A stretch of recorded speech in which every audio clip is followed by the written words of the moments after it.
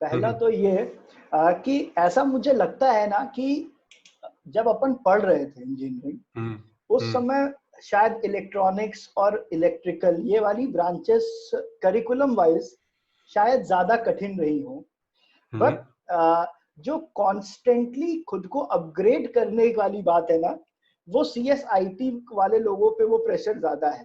हाँ, अगर एक बार इलेक्ट्रिकल में करके या मैकेनिकल में करके ऑटोमोटिव कंपनी में लग गए तो मोटा माटी वही काम रहेगा हमेशा, क्योंकि बिजली वैसे ही बन रही है, कार की असेंबली लाइन वैसे ही चल रही है। लेकिन आईटी में जब मैं 2008 पास आउट हूँ और तब की जो जॉब्स थी और अभी वो जॉब्स एग्जिस्ट ही नहीं करती है। एग्जैक्टली। तो कॉन्स्टेंटली खुद को अपग्रेड करने का प्रेशर है। इसके लिए आप कुछ बताओगे क्या शशांक कि ये कैसे करते हैं, इस पे आप कैसे कॉन्स्टेंटली कैसे इन्वेंट करना है कि क्या नया आएगा, उसके लिए क्या चीज नई सीखें? ये पहला क्वेश्चन है। और दूसरा ये कि ये लखनऊ से ये लग्जमबर्ग कैसे पहुंच गए? वो भी मैं आता हूँ, चलो अच्छा सवाल है। तो ये दोनों क्वेश्चन पे थोड़ा थोड़ा बता दो। क्वेश्चन नंबर 1 बहुत ही रेलेवेंट है, बहुत ही इंपॉर्टेंट है समझना। मैंने भी देखा था अपने टाइम पे, जब मैं 2008 से 2012 के बीच में मैं कर रहा था अपना बीटेक। तो आईटी में शिफ्ट आता है 6-6 महीने में, एक साल में। उसको मार्केट में आने में 1.5-2 साल लग जाता है।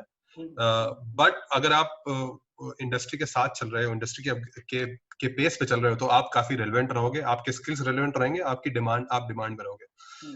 तो जैसे अभी एग्जांपल देता हूँ, जब मैं 2008 में था, जब मेरे जानने वाले मेरे फैमिली में जो लोग इंजीनियरिंग कर चुके थे कंप्यूटर साइंस की, तो उनकी जॉब्स थी मेन फ्रेम पे।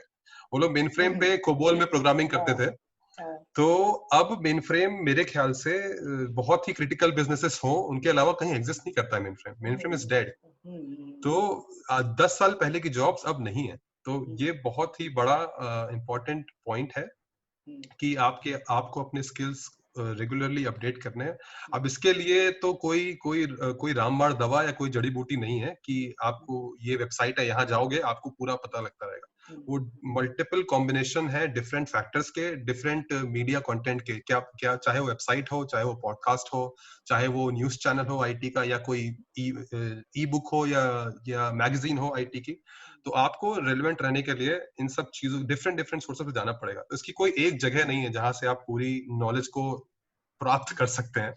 तो रेलेवेंट रहने के लिए मैं बोलूंगा, आप जो वेबसाइट्स हैं, टेकक्रंच हो गई, CIO.com हो गई, और एक ऑस्ट्रेलिया में बहुत फेमस है itnews.com.au। IT न्यूज ऑस्ट्रेलिया डालेंगे तो लिख के आ जाएगा। तो ये सब चीजें आपको बताती रहती हैं कि कंपनीज या सिस्टम इम्प्लीमेंटर, अब आप जिन लोगों को ना पता हो, सिस्टम इम्प्लीमेंटर या SI उसको बोलते हैं, सब इंस्पेक्टर नहीं। सिस्टम इम्प्लीमेंटर वो होते हैं जैसे एक्सेंचर हो गया, TCS हो गया, टेक महिंद्रा, इन्फोसिस, अपनी जाने मानी IT कंपनीज। तो इनका काम क्या है? इनका काम होता है दूसरी जो कंपनीज हैं दुनिया में, उनको IT इंफ्रास्ट्रक्चर अपग्रेड करना, मेंटेन करना, या कुछ नया डिप्लॉय करना। तो सिस्टम इंप्लीमेंट करते हैं, इसलिए उनको सिस्टम इंप्लीमेंटर बोलते हैं। ये बात मुझे नहीं पता थी 2011 तक कि इनको SI बोलते हैं। तो आपको पता होना चाहिए कि SIs क्या कर रही हैं, आपको पता होना चाहिए कि SIs क्या इंप्लीमेंट कर रही हैं अपने क्लाइंट्स के लिए। तो उसको आप से रेलेवेंट रहोगे कि हाँ, TCS इस बैंक में ये कर रही है, एक्सेंचर उस बैंक में ये कर रही है, या विप्रो इस एनर्जी प्रोड्यूसर के लिए वो कर रही है। तो आपको इस तरह पता रहेगा, नॉलेज रहेगा, और आप वही स्किल्स पे फोकस कर सकते हो। और इसके जानने के लिए बहुत बड़ा तरीका है कि आप लिंक्डइन पे लोगों की प्रोफाइल पे आप उनको क्या बोलते हैं, उसको स्टॉक करो।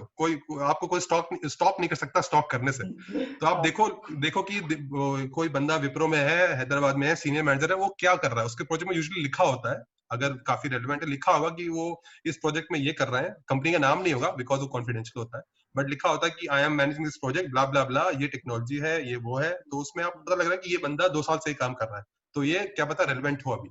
तो आपको हैबिट बना लो, आधा घंटा स्टॉक करो लोगों को लिंक्डइन पे, और स्टॉक फेसबुक पे नहीं करना है। और मैं जब बोलूं स्टॉक, तो आप थोड़ा अपना प्रोफेशनली स्टॉक करिए, आप किसी को उल्टे सीधे मैसेज मत भेजिए। तो क्योंकि आप अपने आप रिप्रेजेंट कर रहे हो, अपनी यूनिवर्सिटी को रिप्रेजेंट कर रहे हो, तो स्टॉक करो। लोग स्टॉक करने में कोई प्रॉब्लम नहीं है, और इस तरह आपको पता लगता है कि मार्केट में क्या चल रहा है, लोग क्या कर रहे हैं। जो लोग कर रहे हैं वही रेलेवेंट है।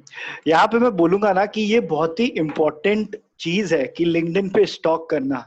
आप उससे आपको पता लगता है कि सामने वाले ने करियर कैसे बनाया अपना, उसने कहाँ कहाँ स्विच मारे, उसने क्या पढ़ाई करी थी, वो कैसे गया होगा। तो you can able to formulate the story of the person कि उसके करियर में क्या क्या है। उसने ये गलत स्विच मार लिया होगा, यहाँ पे 2 साल खराब कंपनी में चला गया, फिर इसने निकल गया, दूसरी जगह गया, कुछ सर्टिफिकेशन किया, तो उसमें पूरा वो वही खाता रहता है। आप उसको मैच करके समझ सकते हो और उसको इम्प्लीमेंट कर सकते हो। तो बहुत ही इंपॉर्टेंट बात है ये, बहुत ही इंपॉर्टेंट। आपको एक दिशा मिल जाती है, आपको एक अलाइनमेंट मिल जाता है कि हाँ ऐसे मैं भी कर सकता हूँ। जरूरी नहीं है एग्जैक्टली आपको वही चीज मिले, बट आप अपना अपना एक जजमेंट निकाल सकते हो कि मुझे, मैं इस लाइन में हूँ, मैं इस टेक्नोलॉजी में हूँ, तो मैं ऐसा कुछ कर सकता हूँ। कम से कम डायरेक्शन तो है। तो वही बहुत बड़ी बात होती है।